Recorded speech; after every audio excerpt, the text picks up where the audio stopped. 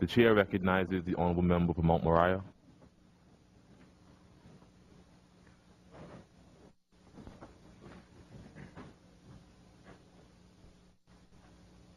Thank you, Mr. Speaker, my fellow colleagues, distinguished guests.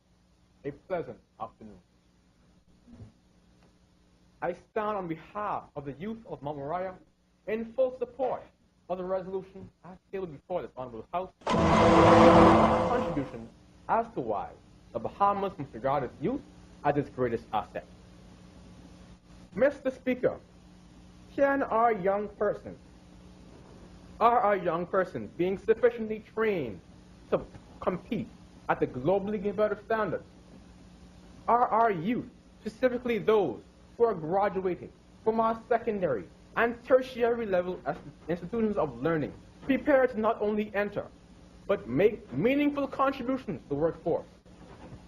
Mr. Speaker, as the honorable member from East Grand Bahama previously mentioned, unemployment for young persons stands at 30.7%. But what is the reason for this alarming statistic? In a report released by our Ministry of Education in 2012, the top performing public high schools in the province, only average grades of D- in national examinations, while top performing private schools only average grades of C-. And the family island, Abaco, D-. South Andros, Cat Island, San Salvador, Rumkey, D. Mr. Speaker, it is not hard to see a correlation between these horrifically poor examination results and the precipitously increasing rate of youth unemployment in the Bahamas. The Bahamas educational system is in urgent need of reform if the Bahamas and its youth, who are not the future but the present, are to facilitate industrial development and economic expansion.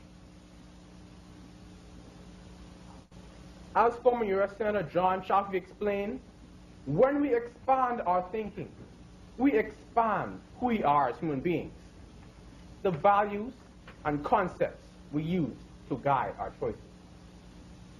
Bahamas, it is time to expand our thinking. I propose that more funding and opportunities for the creation of new industries and revitalization of neglected industries be established for our youth. An excellent example of this forward-thinking initiative has been introduced by the Campbell Shipping Company.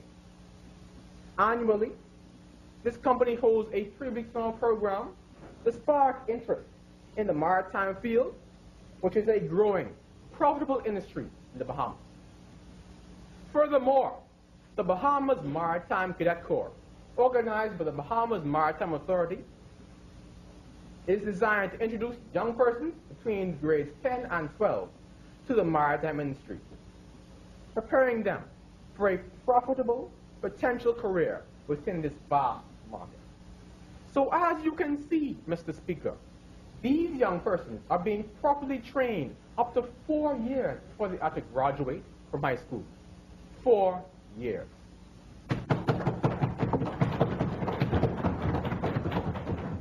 As soon as they have completed their tertiary level in education, they not only have relevant degrees, Mr. Speaker, but they also have a profession. They can enter and contribute to the workforce immediately. The focus of education in the Bahamas has been insular, Mr. Speaker, for a very long time. Teaching our young persons how to add and subtract, how to read and write, is all well and good, Mr. Speaker, but it is not sufficient.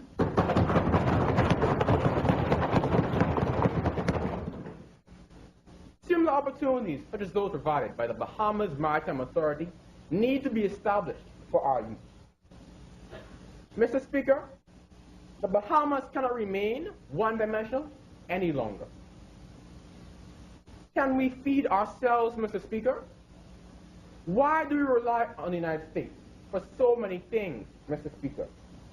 As it stands, our Department of Statistics reports that agriculture represents a minuscule 2.1% of our GDP. Mr. Speaker, this means that, as indicated by the 5% leap unemployment took as per 2009 recession, the growth of the Bahamas is largely dependent on growth in America. Mr. Speaker, agricultural programs need to be assimilated into our schools so that fewer funds need to be spent importing produce from the United States. Mr. Speaker, suitable vocational training shall not just be available at BTVI, but rather students should be exposed to these various trades during secondary, even primary level education. Mr. Speaker, not everyone is going to be a straight A student, as indicated by our startlingly low national averages in the Bahamas General Certificate of Education examination. However, the message that our educational system is sending, that there is no hope for students who are not academically proficient. Mr. Speaker, our educational system is sending the message that if you are not good at math, English, biology, or chemistry, you are going to be stuck pumping gas for the rest of your life.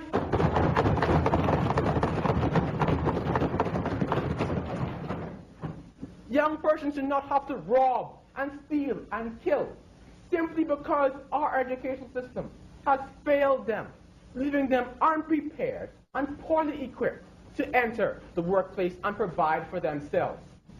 This, Mr. Speaker, is why we urgently need educational reform. Mr. Speaker, the Bahamas has come a long way during its 40 years of independence, but we, as a youth, represent a new generation of thinking, new ideas, new perspectives to view the world. Progress, advancement, discovery, invention. We, as a youth, must set the bar even higher, because no matter how far we have come, we must go farther. And Mr. Speaker, I will close with the final words of wisdom from a study conducted by UNESCO in 2012. $1 invested in new skills can pay back 15-fold in economic growth. The journey continues. Mr. Speaker, I thank you. Honorable Member from Mount Moriah, thank you very much for your contribution. Stanton, tell me, what was it like making that presentation today in the chamber? It was really an invaluable experience to be in the House of Assembly, where so many great politicians over the years have sat, and it was really a great opportunity for me, as well as the other youth parliamentarians today, to voice their opinions on the changes that need to be made, and it's really a great experience for all of us, including myself. And I know that you spoke about agriculture and some other things. What would you like to see happen as a result of your presentation and the presentations of all your other colleagues today in this House of Assembly? What would you like to see happen? I'd like to see all of the contributions that were made by our members at least be heard by the current members of Parliament. I believe that agriculture in particular is an industry that definitely needs to be focused on as we move on and progress as a nation. I feel that issues such as that, immigration, all very important, technology as we progress, all of these need to be heeded in the decisions made by government. Would be a challenge, of course. It would be quite interesting if you decided you wanted to go into politics. What are you going to do? Right now, my focus is on accounting, but I'm not closing any doors.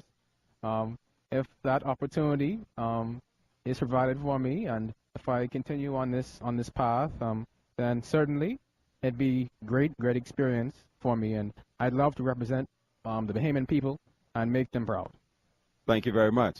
Thank you, and good luck in all that you do. And I'd like to say one more thing. Go ahead.